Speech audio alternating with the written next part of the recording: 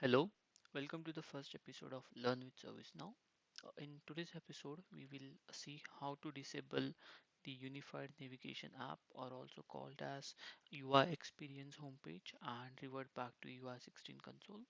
So this is the homepage that you see once you are on San Diego or this particular setting is enabled. So it's very easy to disable this. You need to open a system property, and the system property name is glide.ui.polaris.experience, and you just have to set the value to false.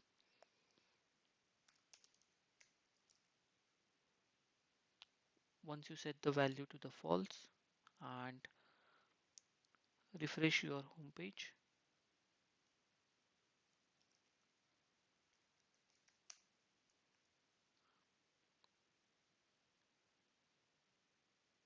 you will be redirected to the UI16.